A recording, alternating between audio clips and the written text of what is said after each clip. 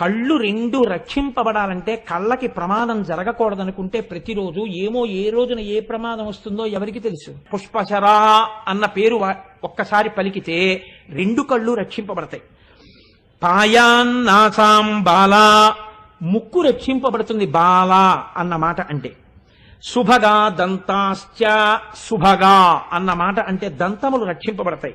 సుందరీ జిహ్వాం, నాలుక రక్షింపబడుతుంది తప్పుడు మాటలు మాట్లాడడం, విశేషంగా జిహ్వ కోసం తినడం తగ్గించుకుంటాడు. సుందరి సుందరి సుందరి అన్న మాట వాడితే.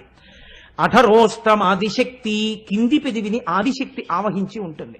అంటే ఈ పెదవికి పెదవి తగిలినప్పుడే కొన్ని అక్షరాలు వస్తుంటాయి. అలా రక్షించేటట్టుగా అమ్మవారు కింది పెదవిని రక్షించాలంటే ఆదిశక్తి అనాలి. చక్రేశీ పాతుమే చిరంచిబుకం, గడ్డం రక్షింపబడాలంటే అమ్మవారిని చక్రేశి అని పిలవాలి.